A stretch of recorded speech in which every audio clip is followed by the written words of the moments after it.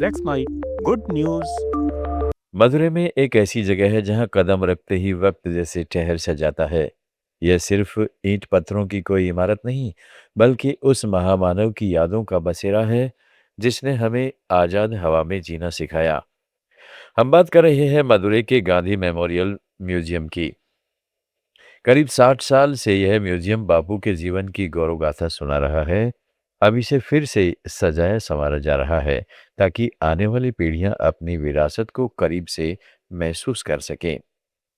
यह देश के उन 5 खास म्यूजियमों में से पहला है जिन्हें गांधी जी के सम्मान में बनाया गया था।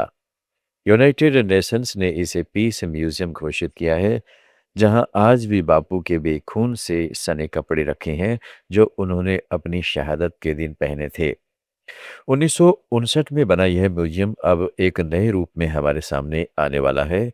करीब 10 करोड़ रुपए की लागत से इसके 2 बड़े हिस्सों का नया रूप दिया जा रहा है। तमिलनाडु के सार्वजनिक निर्माण विभाग की हेरिटेज विंग इस काम को पूरी शिद्दत से अंजाम दे रही है। उम्मीद है कि इसी साल मई में यह दोबारा खुल जाएगा। इस बार म्यूजियम में सिर्फ पुरानी यादें ही नहीं, बल्कि आधुनिक तकनीक का भी संगम देखने को मिलेगा। रिनोवेशन के बाद यहाँ 2 एवी रूम और 4 शानदार गैलरी होंगी। यहाँ इंटरैक्टिव डिजिटल डिस्प्ले लगाए गए हैं, जहाँ एक टूर गाइड हर चीज़ की कहानी विस्तार से समझाएगा। मदुरै में गांधी नाम की एक वीडियो फिल्म भी दिखाई जाएगी जो हमें बापू के दौर में ले जाएगी। सबसे अच्छी बात यह है कि इस म्यूजियम और समर पैलेस को देखने के लिए कोई एंट्री फीस नहीं है। यह सबके लिए खुला है। अगर आप इतिहास को महसूस करना चाहते हैं और बापू के करीब जाना चाहते हैं, तो इस मई में मदुरै का यह म्यूजियम आपका इंतजार कर रहा है। म्यूजियम के सचिव के आर नंदराव बताते हैं कि हम पूरे भारत से खास मटेरियल मंगवा रहे हैं ताकि इसकी भव्यता बनी रहे। वो प्रतिदिन सुबह 6 बजे अपना दिन शुरू करते हैं। जल्दी से अपना काम खत्म करके उस काम के लिए निकल पड़ते हैं जिसे वे अपने जीवन का मूल मानते हैं। बिहार के जल संरक्षण और लुप्त हो रहे जल स्रोतों का पुनर्स्थापन। सुबह होते होते वे सड़क पर निकल पड़ते हैं और आसपास के उन गांवों की यात्रा करते हैं जहां तालाब और नदियां सूखती जा रही हैं। वहां वे सूखे हुए स्थानों के पास स्थानीय लोगों को इकट्ठा करते हैं और समझाते हैं कि जीवन यापन के लिए जल संरक्षण कितना आवश्यक है। वे पंचायत नेताओं से मिलते हैं, स्थानीय समस्याओं पर चर्चा करते हैं और उनसे जल पंचायतें आयोजित करने का आग्रह भी करते हैं। उनका मानना है कि इन सभाओं के माध्यम से जागरूकता को कार्रवाई में बदला जा सकता है। वे वर्षा जल संचयन को भी बढ़ावा देते हैं और समुदाय को याद दिलाते हैं कि केवल सरकारी प्रयास ही पर्याप्त नहीं है। वे सरकारी स्कूलों में जाकर बच्चों से पर्यावरण के बारे में भी बात करते हैं। उनका कहना है कि युवा मन में दीर्घकालिक परिवर्तन लाने की शक्ति होती है। यह है अजय सहाय, जो बिहार के ग्रामीण निर्माण विभाग में कार्यक्रम अधिकारी हैं। वे वीबी जी रामजी अधिनियम 2025 से जुड़े हुए हैं और तालाब व नदियों के जीर्णोद्धार के अपने कार्य के लिए 400 से अधिक पुरस्कार प्राप्त कर चुके हैं। वर्तमान में अजय सहाय मुजफ्फरपुर स्थित मणिका मुन नामक आर्द्रभूमि के पुनरुद्धार का पर्यवेक्षण कर रहे हैं।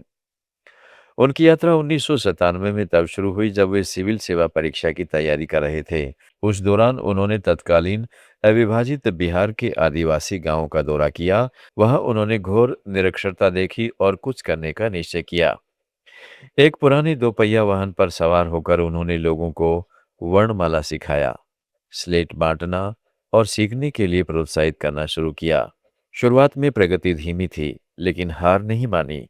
समय के साथ ग्रामीणों ने सहयोग दिया और उनका प्रयास बढ़ता गया। आज अजय सहाय का कहना है कि उनकी पहल के माध्यम से करीब 2.5 लाख लोगों ने अपना नाम पढ़ना और लिखना सीख लिया है। उनका दावा है कि इससे धोखाधड़ी में कमी आई है और ग्रामीण परिवारों, विशेषकर महिलाओं में आत्मविश्वास बढ़ा है। जल से संबंधित उनका कार्य सरकारी सेवा में शामिल होने के बाद साल 2008 से शुरू हुआ। सरकारी दौरों में उन्होंने ऐसी नदियां देखी जो या तो गायब हो चुकी थी या प्रभावशाली लोगों द्वारा उनका मार्ग बदल दिया गया था। वो कहते हैं, इससे मुझे बहुत दुख हुआ। यह सर्वविदित तथ्य है कि नदियां कई वर्षों बाद अपने पुराने मार्ग पर लौट आती हैं। राज्य के कई हिस्सों में ऐसा ही हुआ, जिससे घनी आबादी वाले क्षेत्रों में बाढ़ आ गई। तभी से मैंने पुरानी नदियों, तालाबों और जलाशयों के जीर्णोद्धार का कार्य शुरू किया। समय के साथ गाद जमा हो जाती है, जिससे नदियां अपना पुराना मार्ग बदलने के लिए मजबूर हो जाती हैं। सहाय ने पुराने चैनलों को पुनर्स्थापित करना, गाद हटाना और तालाबों को पुनर्जीवित करना शुरू किया। वे बताते हैं कि जब नदियां अपना मार्ग खो देती हैं, तो अक्सर बाढ़ आ जाती है। उनका तर्क है कि प्राकृतिक प्रणालियों को बहाल करने से ऐसे जोखिमों को कम किया जा सकता है। वे जल जीवन हरियाली जैसी परियोजनाओं का भी समर्थन करते हैं और बाढ़ के पानी के प्रबंधन के लिए चेक डैम का प्रस्ताव सरकार को दिया है। सहाय आगे कहते हैं कि जलवायु परिवर्तन से निपटने के लिए वृक्षारोपण महत्वपूर्ण है। मुजफ्फरपुर में उन्होंने पारू ब्लॉक की लालू छपरा पंचायत और मुजफ्फरपुर जिले के बारवान ब्लॉक की कुछ अन्य पंचायतों में नीम कॉरिडोर की पहल शुरू की। उनका लक्ष्य बिहार और झारखंड में 1000 किलोमीटर लंबा नीम पीपल कॉरिडोर बनाना है। अब तक वे 15 लाख नीम और 2 लाख पीपल के पौधे लगवा चुके हैं। साहे ने करीब 1000 तालाबों के जीर्णोद्धार का प्रयास किया और अब आर्द्र भूमि पर काम कर रहे हैं। वर्तमान में वे कई हिमालयी नदियों के संरक्षण में लगे हुए हैं। उनका कहना है कि भविष्य को सुरक्षित रखने के लिए आज जल का संरक्षण आवश्यक है। गया के मूल निवासी सहाय को कई राष्ट्रीय और राज्य स्तरीय सम्मान प्राप्त हो चुके हैं। जुड़े रहिएगा लेट्स माइक के साथ। आप सुन रहे थे let's make more than radio. Follow कीजिए हमें हमारे सोशल मीडिया प्लेटफॉर्म्स पर। It's time for news. It's time for more than radio. Presenting the first radio news app, Let's Mike. Let's Mike, a news-based app on your phone where you get to watch and listen news, talk shows, interviews, radio show podcasts. On Let's Mike, you get all relevant information of TV, print, radio, podcast, and digital. Let's Mike talks about every segment of life.